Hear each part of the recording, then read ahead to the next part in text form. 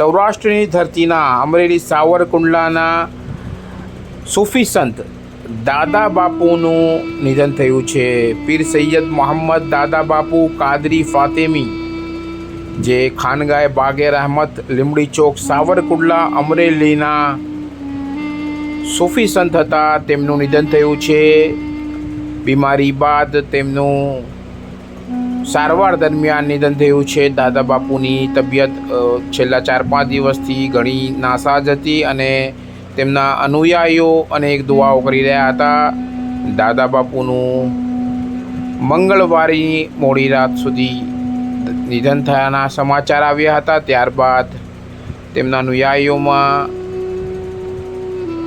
એ કહી શકાય કે ખૂબ જ દુઃખની લાગણી હતી। જો કે દાદા બાપુનું અવસાન થયું છે ત્યારે લાખો અનુયાયીઓ સાવરકુંડલા પહોંચ્યા છે અને હાલ કહી શકાય કે 8 સફર હિજરી 1446 મુતાબિક 14/8/2024ની બુધવારની અસરની નમાઝ બાદ ખાનગાહ બાગે રહેમતથી તેમને અવ્વલ મંજિલ તરફ લઈ જવામાં આવ્યા છે। દાદા બાપુ કહી શકાય કે એક એવા સૂફી સંત હતા જેમણે સૌરાષ્ટ્રની ધરતી પર શિક્ષણ ઇલ્મ ક્ષેત્રે ખૂબ જ ઉમદા કાર્ય કર્યું હતું। આ સાથે જ તેમણે વ્યસન મુક્તિનું મુખ્ય મોટું અભિયાન હાથ ધર્યું હતું, જેમાં 1 લાખથી વધુ લોકોને તેમણે વ્યસન મુક્ત કર્યા હતા કે જેઓ ચરસ, ગાંજા, અફીમ, ગુટકા, તમાકુનું સેવન કરી ક્યાંક ને ક્યાંક પોતાનું જીવન બરબાદ કરી રહ્યા હતા, કેન્સર જેવી બીમારીઓથી પીડાઈ રહ્યા હતા। તમામના દુઃખ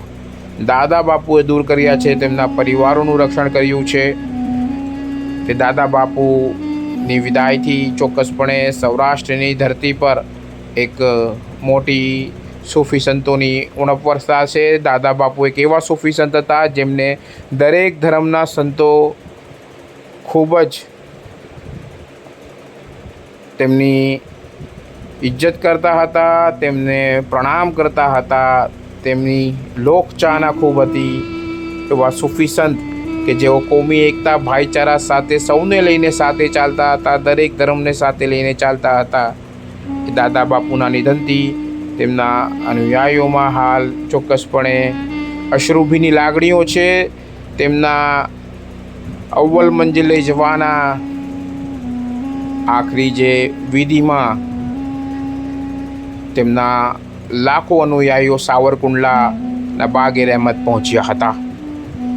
ત્યારે કર્તવ્ય ગુજરાત ન્યૂઝ પણ દાદા બાપુને અશ્રુભીની શ્રદ્ધાંજલિ પાઠવે છે।